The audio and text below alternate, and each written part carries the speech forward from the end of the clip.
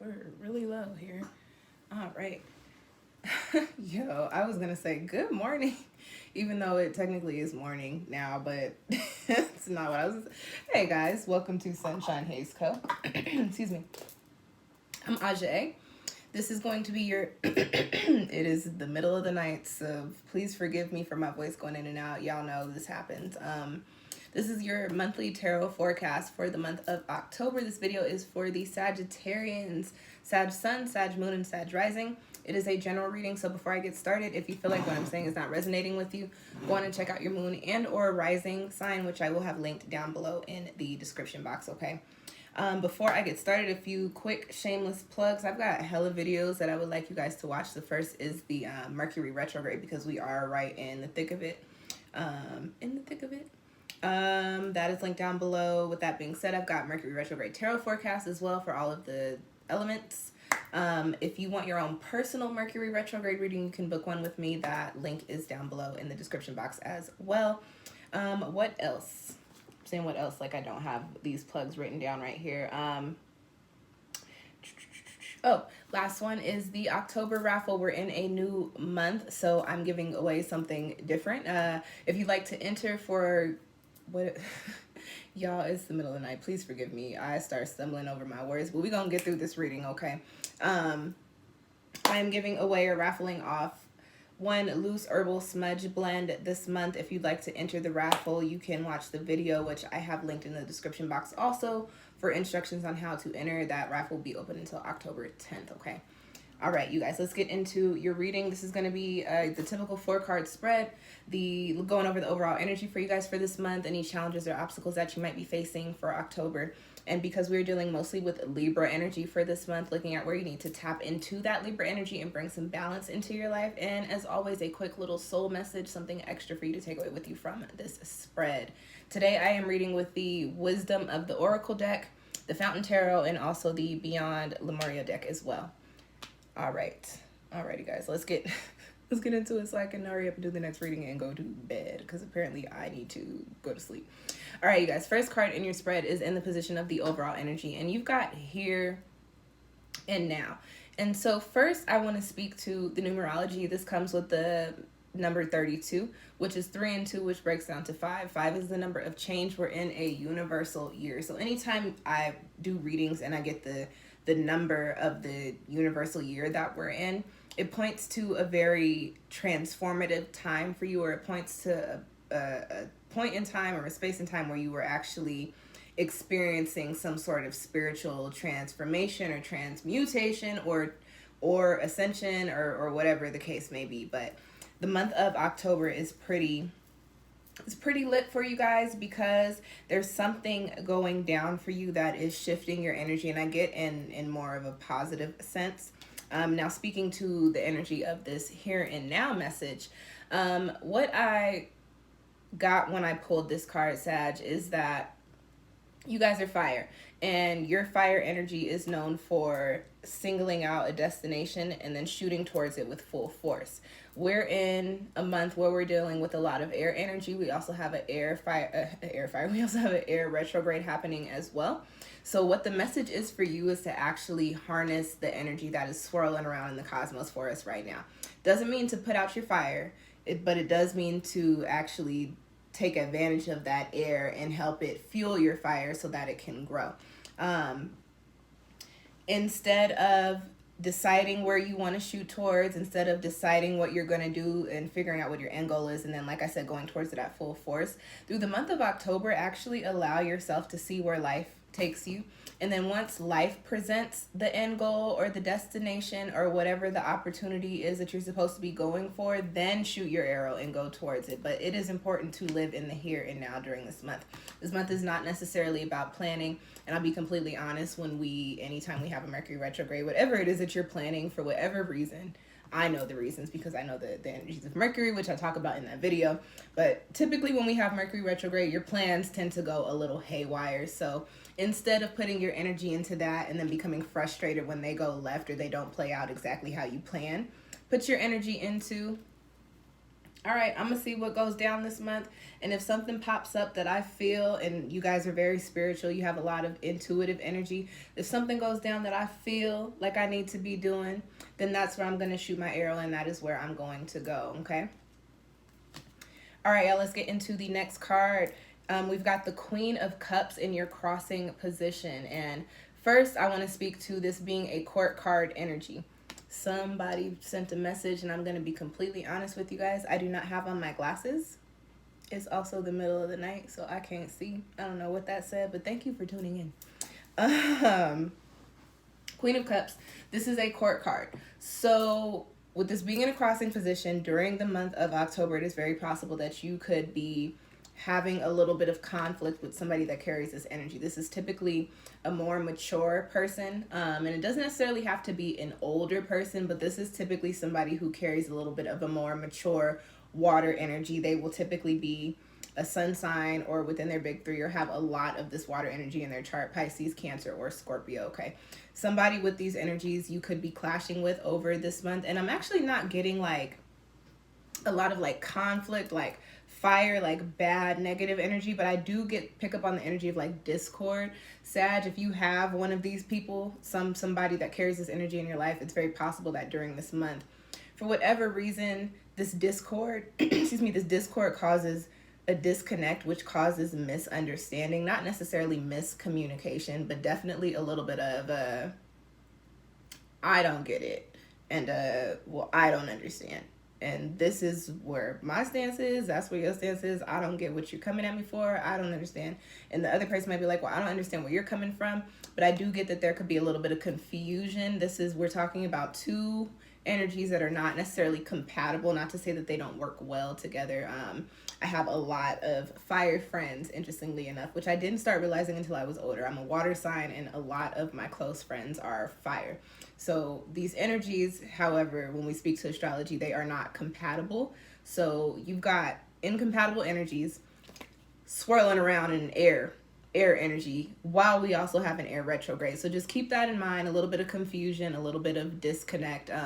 I do pick up on the sense that because we are having a retrograde during this month, and it is an air retrograde, which typically leads to, and I speak to retrogrades as reflect and corrective, or as a time to reflect and correct. So what I do get with this card, if we're speaking to the court card energy, is that at some point over the retrograde period, you and this court card person will have a conversation or be put into situations where you're able to kind of clear up the waters and fan and work everything out. Okay.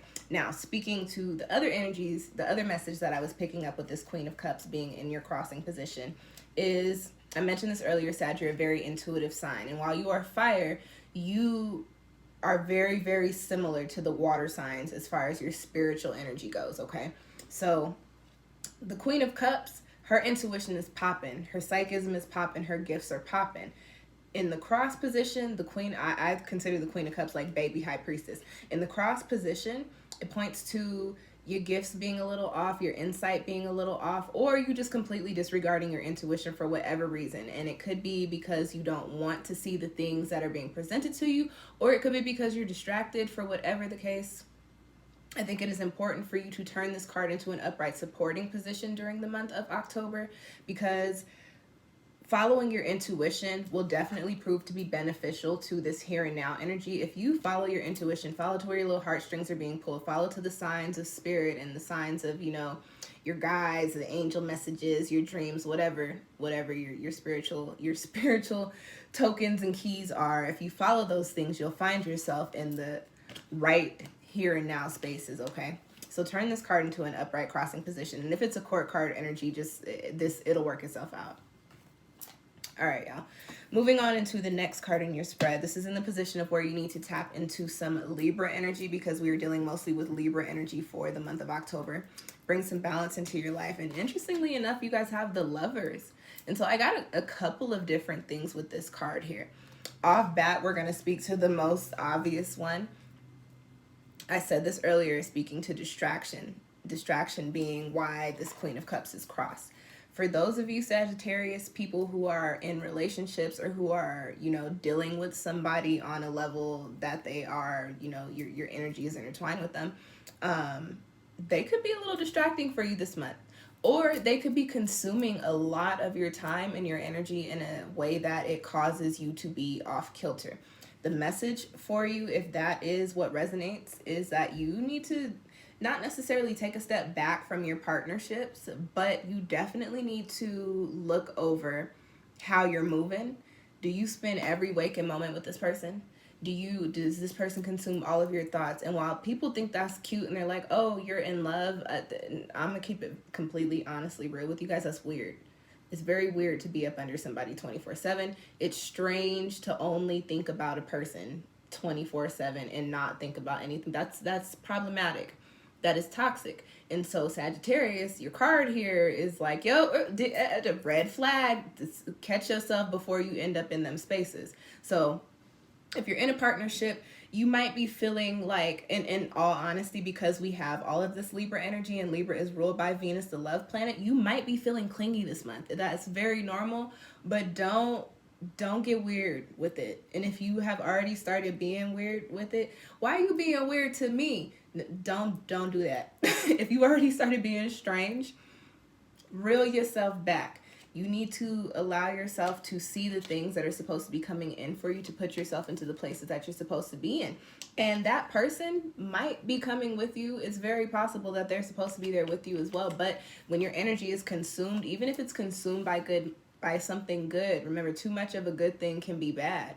You don't want to be in that space if you can't see nothing else going on around you because you are so in love. No, you got something else going on. You are so obsessed. So don't be obsessed. It's okay to love somebody. It's okay to put your love and energy and time and effort into a person. But when it starts to get like, when you start to get to, missing somebody is cool, but when you start to get to the point to where it's like they're only gone for a couple of hours and you don't know what to do with yourself, you need to reality check, baby.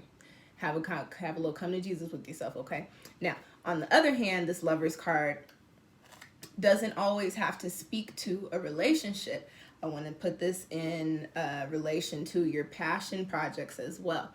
You guys often hear me talk about, oh, put your energy into the things that you love. Do what makes your heart beat. But the energy coming up for you in your spread, Sag, is that what's making your heart beat during this month is really amplified by the energies that are swirling around up there, and you have to manage them, and you have to understand which ones are what you're supposed to be pulled towards and which ones are kind of just like fluff and smoke and mirrors and sparkles and unicorns.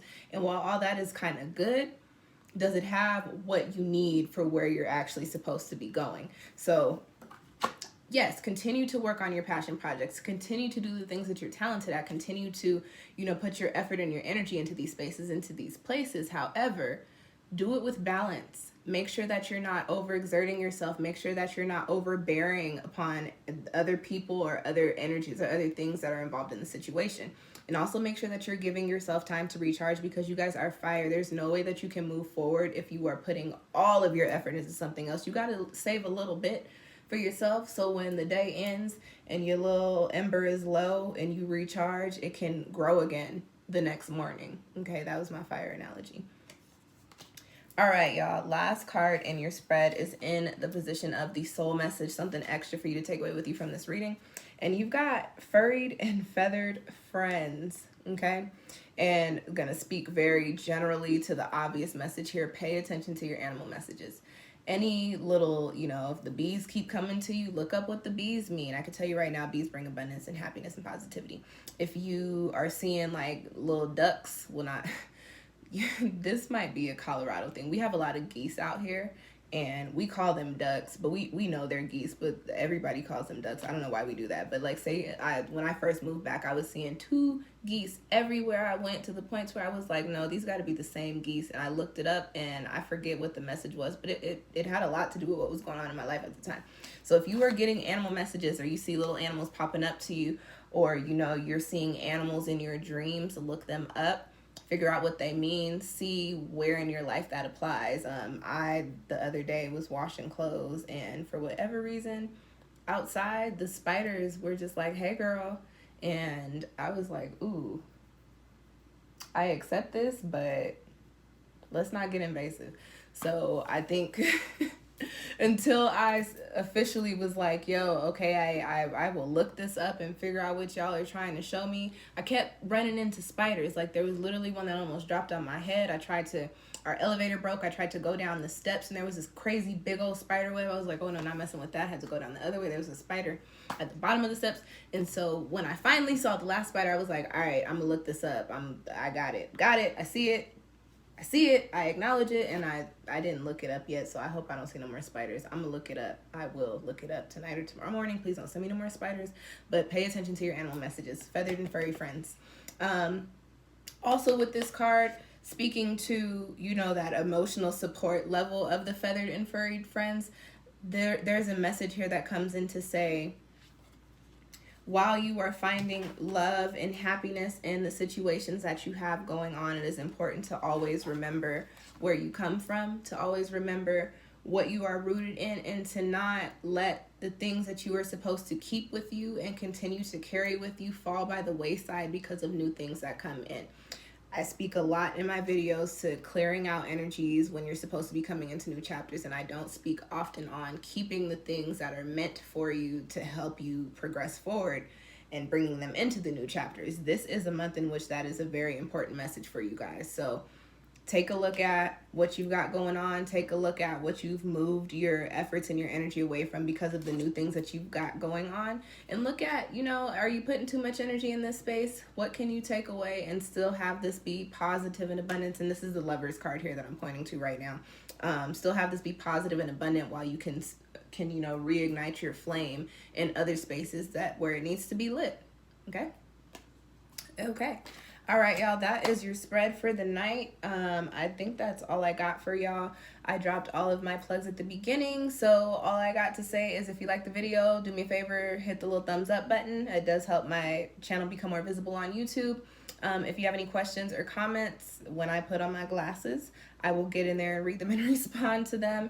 And if you have not already subscribed to my channel, do me a favor and hit the subscribe button so that you can keep up with when I put up new free readings. I also put up astrological content, you know, spiritual wellness videos, the whole nine. I got a whole bunch of videos on there that you can look through. All right, you guys, thank you for tuning in. I will catch y'all next time. Peace.